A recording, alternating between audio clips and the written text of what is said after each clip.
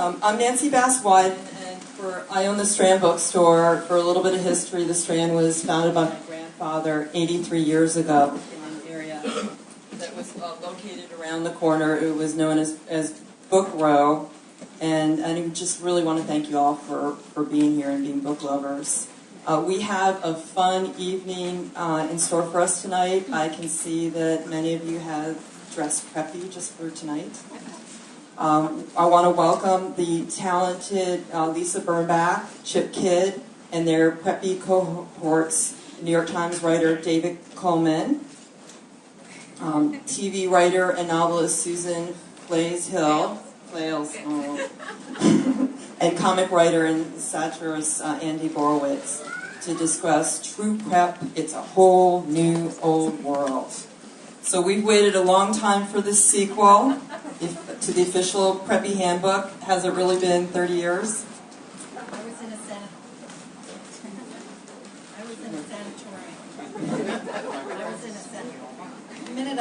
I was in a sanatorium, and I've just been released. So Lisa's partnered with the ultimate preppy, Chip Kidd, to create the contemporary look on how the old guard has adapted to the new order of things. And Strand is included in the book. We are able to create instant libraries for the prep with our Books by the Foot program. So, and as a bookseller, I just want to testify that on page 180, I think that Lisa and Chip have created a wonderful master reading list.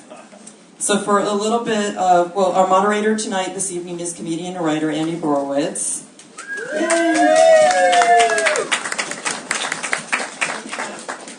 He has contributed humor to The New Yorker since 1998. He's won the first ever National Press Club Humor Award for his website, BorowitzReport.com, and he was the president of the Harvard Lampoon. And he's going to introduce the panelist a little bit more formally in the moment, but first I just want to go over some logistics. We're going to have a discussion, and the Preppy panel, we're going to open up the mic to your questions. And we ask that if you don't mind just standing up, and we'll hand you the mic so that it's a pretty big crowd so everybody can hear your questions. And then at the end of this, the authors will sign copies of their book for you. And we also have copies of Chip Kidd's books available. And you can purchase them downstairs on your way out of the store. So enough of this introduction. Please join me in welcoming the Masters of Prep, Lisa Birnbach, Chip Kidd, David Coleman, Susan Flails-Hill.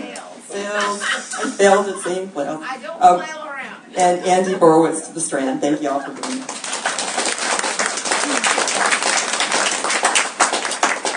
Thank you everybody for showing up. I'm going to be the moderator for this evening's event. I guess I was already introduced twice, but good manners dictate that I introduce myself. I'm Andy Borowitz. I write for the New Yorker magazine. I write under the pen name Malcolm Gladwell. I don't know if some of my things. Thank you very much. I don't know how I do it either. This is an interesting panel for me to host because I sort of went through this with Lisa before the show. I went to public school. I did not go to prep school. I know this immediately would have gotten me banned from this panel. But I really, I don't know really much at all about the whole preppy thing. I don't really get it. I'm sort of Mark Zuckerberg to your Winklevoss, I guess you would say. And I guess Lisa wanted to give me some preppy credentials by saying in my bio that I went to Harvard, because that sounds like a preppy place, but it's also like maybe the easiest way to alienate an audience by saying that you went to Harvard. It's like it would be better to say that you were like a child molester, because then people might say, they might have compassion and say that maybe he was molested as a kid. But if you say you went to Harvard, it's like, what a dick. You know, it's like there's no empathy whatsoever. So, but let me just quickly, I'm going to be, for those of you who don't know much about, how many people here don't consider themselves experts in preppy stuff and are sort of new to this topic? Okay, Or Lisa's ancient. ancient. Very strange. Clearly has not read the book.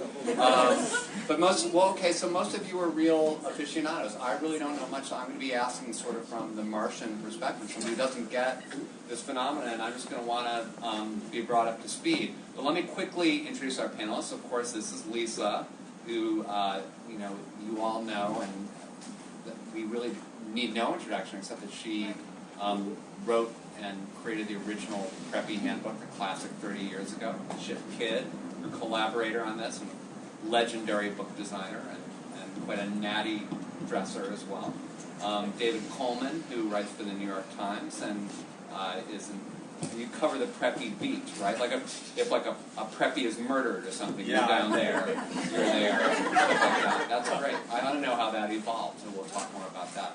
And Susan Failshill, who I've known for I guess around 25 years, and that's how long it's taken me to learn how to pronounce her name properly, which is good. But Susan was one of the writers on The Cosby Show, which you all remember as one of the really most popular depictions ever of a preppy family, I think. That was Except really, the sweaters. Except for the sweaters. Yeah, those sweaters were really ugly. And Susan has also, she lives in New York, she's written a novel, she's written other books, and we'll talk about some of her stuff.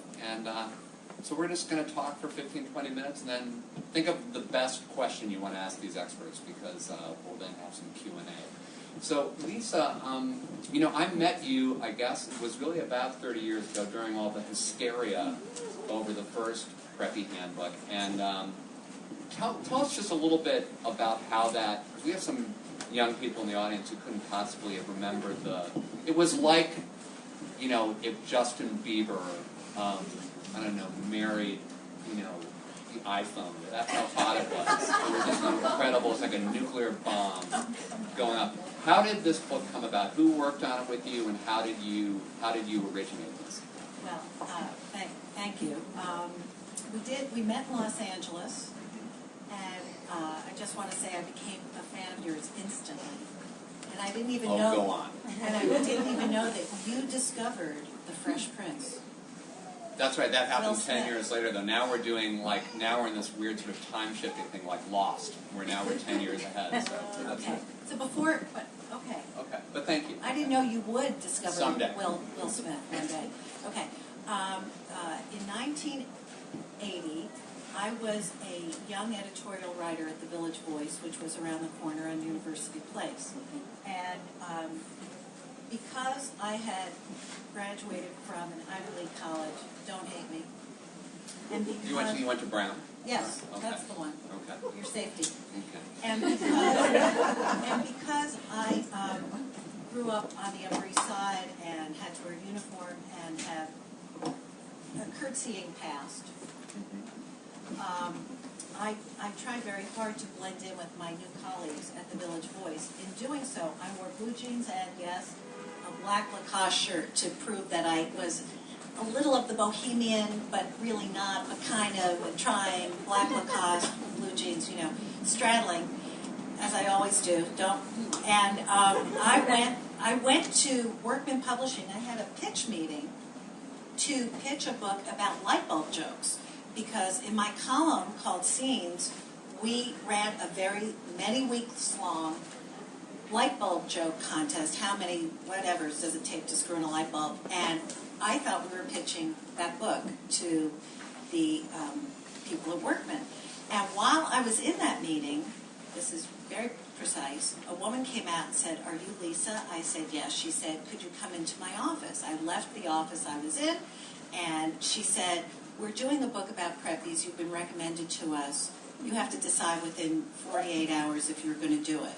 And of course, I was panicked. I liked my job at the Village Voice. I liked my life, and I didn't think I could write a whole book.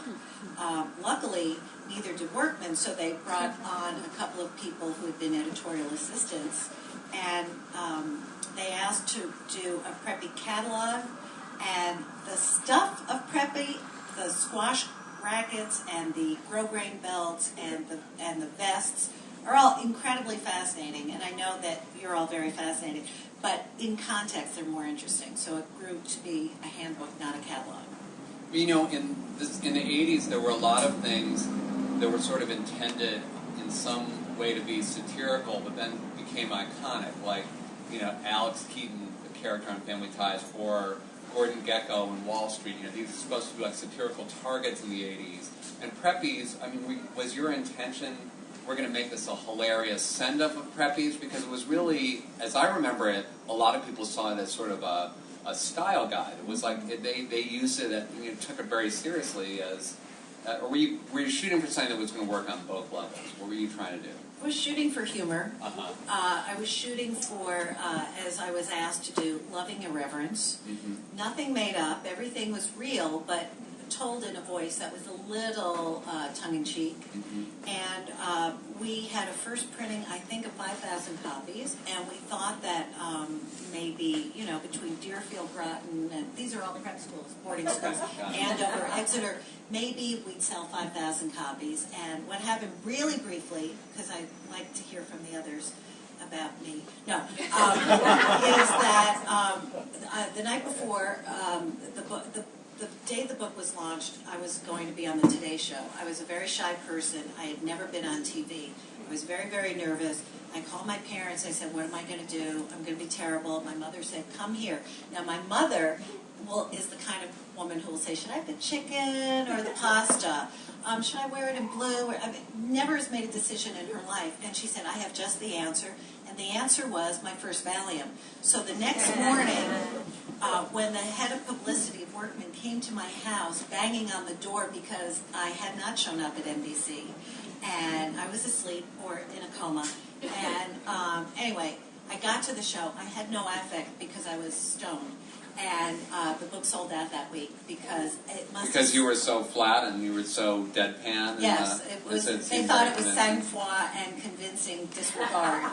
But actually, so many preppies are also on similar drugs, so it's very convincing. Now I know that. I did not know that then, and that is, and then suddenly people wanted. And then it was on the New York Times bestseller list for like a year, 2 years. How long? A long time. A long time. But this was when people read books. Right. No offense, Strand. But I mean, nobody was playing World of Warcraft. Right, absolutely. Which I'm sure all my readers will do. Well, thank you. That was a very concise. Most of that checks out. That's good. Chip, I think I read in the New York Times when this book was first announced that you remember this from your youth. Like how old were you when the Preppy Handbook came out? Well, I don't, you know. I was in 10th grade. Okay, so this was, now, how did you receive the Preppy Handbook? Did you think it was funny, or did you think, well, this is an awesome style guide, or a little both? I was utterly, totally clueless. I received it as a gift on my birthday, which would have been like my 15th birthday. And, I mean, it's funny to be introduced as the ultimate preppy, because I'm actually the ultimate preppy wannabe. I mean, I went to public school and thoroughly enjoyed it. But anyway, this new craze had started where everybody started wearing something that was referred to as a boat shoe, even though in suburban Pennsylvania we were very much landlocked. But so I got a pair of Sperry topsiders because that's sort of what you did. And this was actually right before the book came out. So I had been wearing these, for a couple of months, I guess. And then my cousin got me this thing called the official Preppy Handbook. She said, well, you got the shoes. Here's the book. And I had absolutely no idea what it was referring to or what it was about. But like the rest of the nation, I sort of was gripped by it. It was it was funny and all of that, all the different, the base things, all the different terms for puking. I mean, what 15-year-old isn't going to embrace that? But then I started to see it as a sort of window into this world. It became basically the Emily Post for my generation, is how I see it. But it was funnier and with more puking in it. This evening is like shaping up like a Ken Burns documentary. It's like we need a revenge